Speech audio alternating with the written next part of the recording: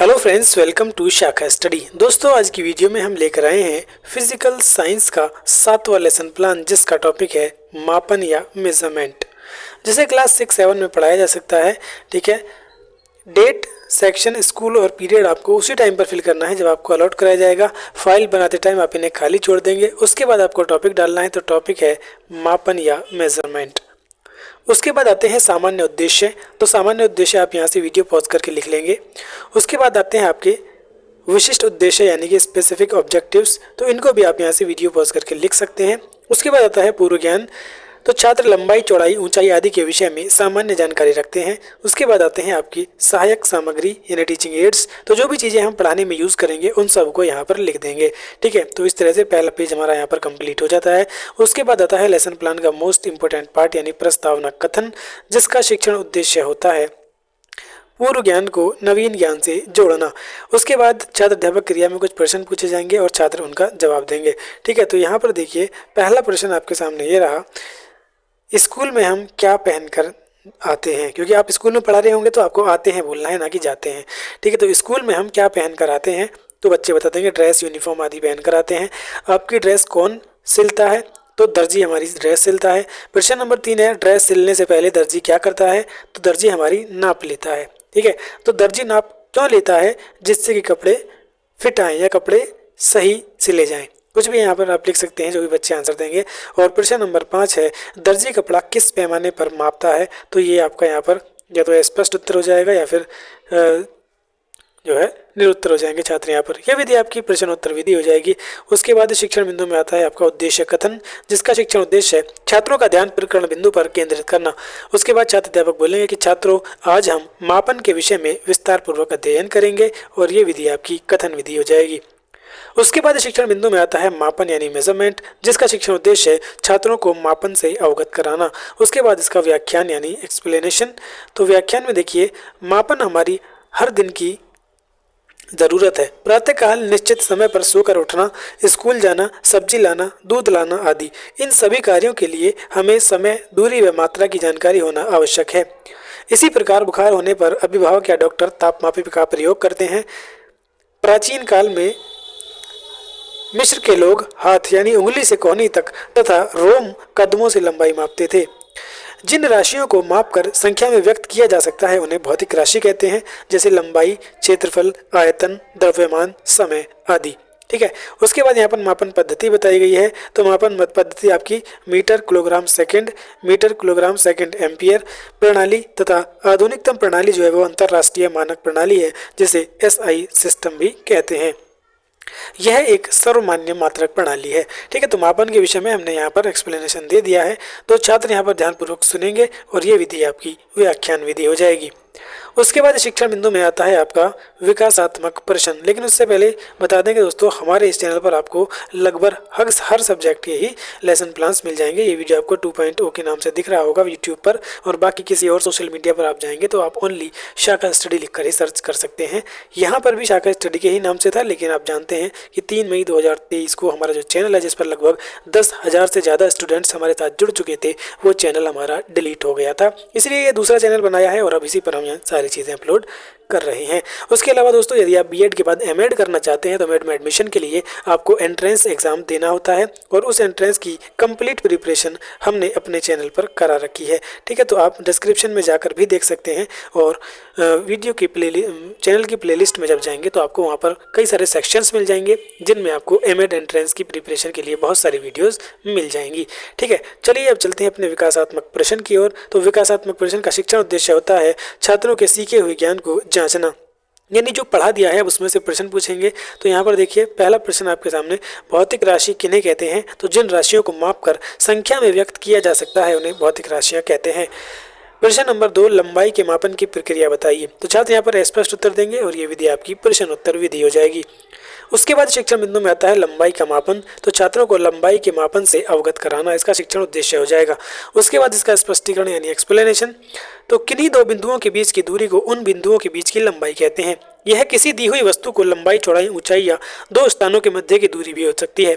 लंबाई के मापन के लिए मानक मात्रक मीटर है, इसे स्मॉल m से व्यक्त करते हैं। 1 मीटर में 100 सेंटीमीटर होते हैं और 1000 मीटर में 1 किलोमीटर होता है। ठीक है, तो हमने यहाँ पर इस लंबाई का जो मापन है कैसे करते हैं वो बता दिया है। छात्र ध्यानपूर्वक सुनेंगे और ये विधि आपकी व्याख्यान विधि हो जाएगी।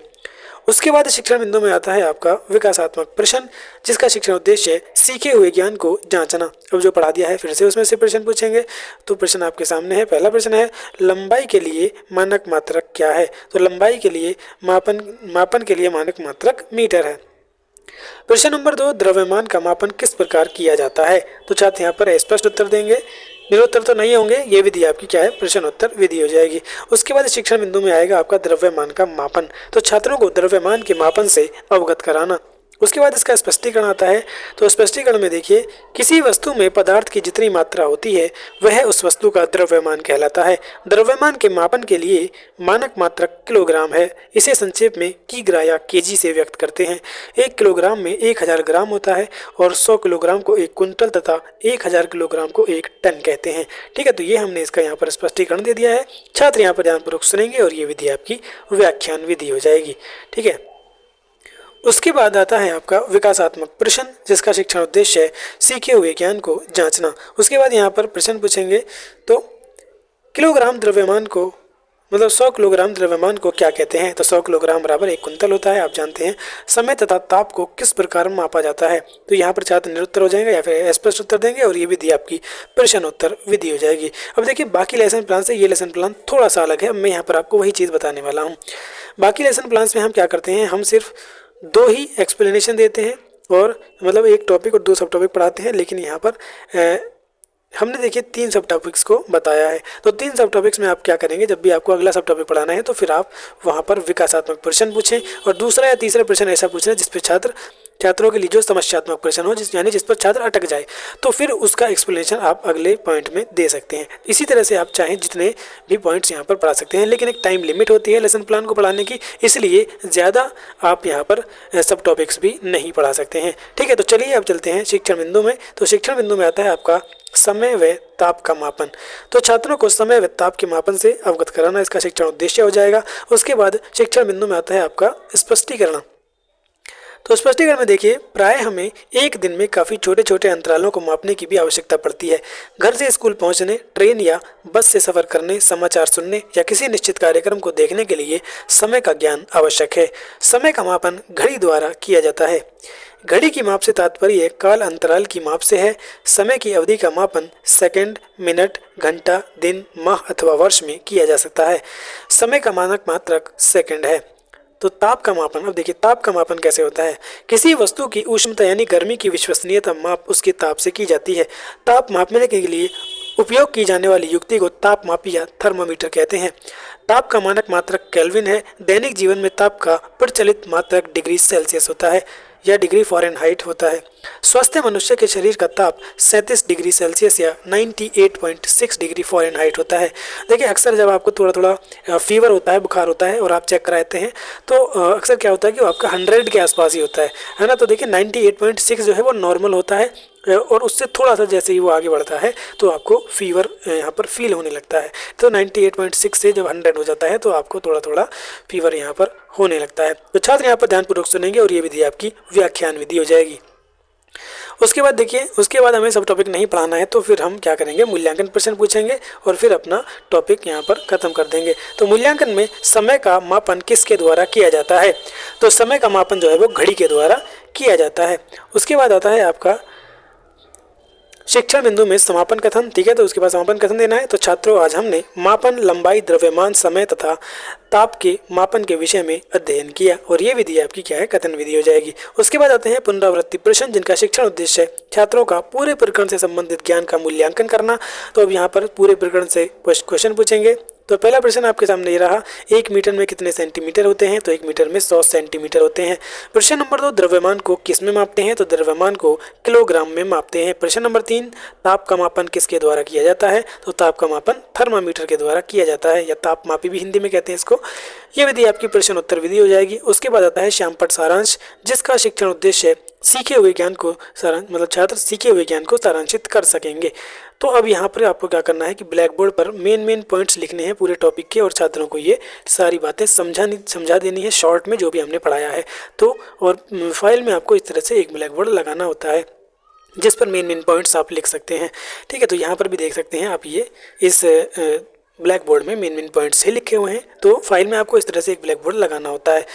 तो ये हो गया आपका शामपट सारांश। उसके बाद होमवर्क आता है, गृह कार्य के लिए भी छात्रों को क्वेश्चन देने हैं तो छात्र सीखे हुए ज्ञान का स्थायीकरण कर सकेंगे।